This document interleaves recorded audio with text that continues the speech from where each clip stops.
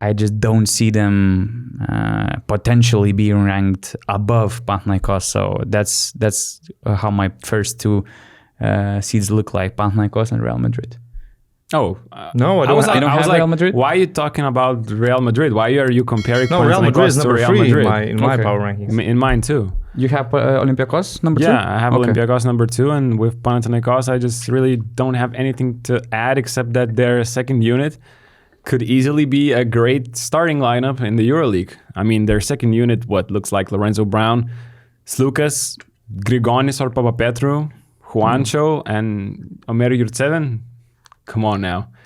Insane. That could easily be another playoff level starting lineup. So they are covered in multiple positions by multiple players, and I think Giannakopoulos together with Ergin Ataman just did what they were supposed to do. If you want to keep your team in the top, you have to get ahead of things. And last year, I thought, in the playoffs, they were a little bit lucky.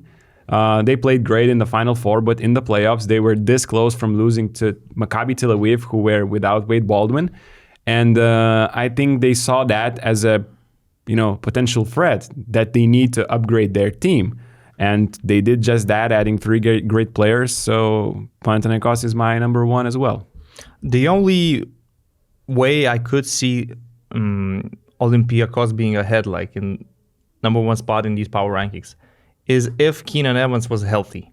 Like if Keenan Evans didn't have that injury and he starts this season in shape, he's healthy, he basically has proven in Žalgiris that he's a EuroLeague superstar. So healthy, top shape Keenan Evans in this Olympiacos roster with Vezenkov back, with the additions of Fournier, Vildosa and all the other guys, I could have a case. But right now we're talking about Keenan Evans, who's still probably 5 or 6 months away from playing basketball. If not more. So I can't really put Olympiacos on top, but I do put them on top of Real Madrid. Me too. Just said about Panathinaikos, I think that the only maybe 2 things that might hurt their season or the way they stand for the EuroLeague season is injuries. Kendrick Nunn has a history with some injuries, and it still remains a concern looking long term. Slukas is not getting younger, although he's usually fit. He looks after himself, but you never know if one of those injuries will hit one of the major players. And also the second thing is how some of the role players who earned their roles last season will accept the roster upgrades. Guys like Grigonis, who was 16 minutes or even made top 5 and who was important during the regular season. Now he sees Panathinaikos signing Cedi Osman. How it's going to affect his minutes.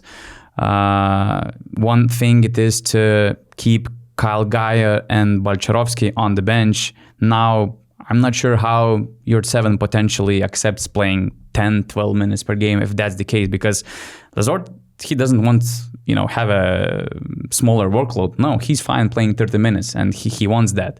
So there are some certain things, and concerns how it might affect the chemistry on or off the floor. But I think that, they have a solid core. The core is going to remain the same. They're going to play big minutes, and there's nothing new in Ergin Ataman's world. That's what happens. Usually just entering the season, he picks 9, maybe 10 players, and that's it. And there's nothing you can do about it. And you have to accept your small minutes. If you're not happy, you're switching teams like some guys did or wanted to do last season. So they should be fine. And yeah, they're my number 1 pick. So why you pick Olympiacos over Real Madrid? Like some of the things you've mentioned, Olympiacos is the perfect example how to run a 12-man roster or even a 14-man roster.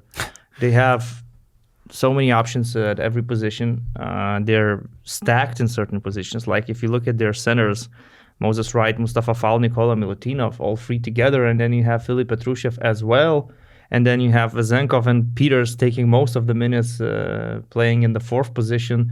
It's insane, the quality that they have, the depth that they have. But Barzokas has been running things in this way for many years, and it's been good for them. They've been successful with this system, with this model, where you have 12 players sharing minutes. Vezenkov was their star. He was their MVP, but we've seen that when he left, they didn't die. They stayed the same. The system was the same. So now he's back, and he's not some, let's say, NBA veteran past his prime. He's still in his prime. It just didn't work out for him in Sacramento. So now he's back in the EuroLeague. Like Evan Fournier, I'm not too excited about this signing. It's a big name. It's a great player, but I'm never too excited about NBA veterans past their prime joining the EuroLeague. However, he's not coming in here to score 20 points a game. Exactly. He's going to be part of the rotation. He's going to have his opportunities, have his shots, but he's playing next to Williams, Goss, Thomas, Walkup, Vildosa, Dorsey, McKissick. This roster is insane. The depth is actually insane. This roster is built to basically play 2 tournaments at the same time. You play one lineup on Thursday and a completely different lineup on Sunday. So, or you play one lineup in one quarter and the other in the second. We were talking about Real Madrid, like the deepest team in Europe for a long time. I think now Olympiacos is the deepest team in Europe. And it's not just depth, it's also quality and experience. And the coach, you don't have any doubts about Berzokas. So number 2 for me, quite an easy pick, honestly, Olympiacos this year. To me too. I just don't see Real Madrid at this point stronger than both of the Greek teams. What they lost, looking at the losses, is, Isaiah Kanan, Brazdeikis, who barely played, Luke Sigma, who barely played, Mikalis Lountzis, and you got back Vezenkov, you got Evan Fournier, you got back Tyler Dorsey, and you got Vildosa. And I mentioned the second unit of Panathinaikos, but I'm looking at the third unit of Olympiacos, and there I see names. Okay, let's take Evans as, injured guy who probably won't play a lot this season. I don't expect him to have any impact whatsoever, even at the end of the season. But you still have third unit of Olympiacos, Nazmi Turlong, Vildosa, Lorenzakis, Petrushev, and Moses Wright. And I know they have injuries at the center spot, which actually kept Petrushev, as I understand, in the team. But this is the third unit we're talking about. The majority, the half of EuroLeague teams would have problems with this third unit. So incredibly deep team once again. And just we know these players fit together. And Evan Fournier, as much as I'm not also, super high on that, but he will have to do easier things in the system. And we know that system works. So I just see them, even the regular season, maybe even, taking the regular season because, I don't know, just because of their system.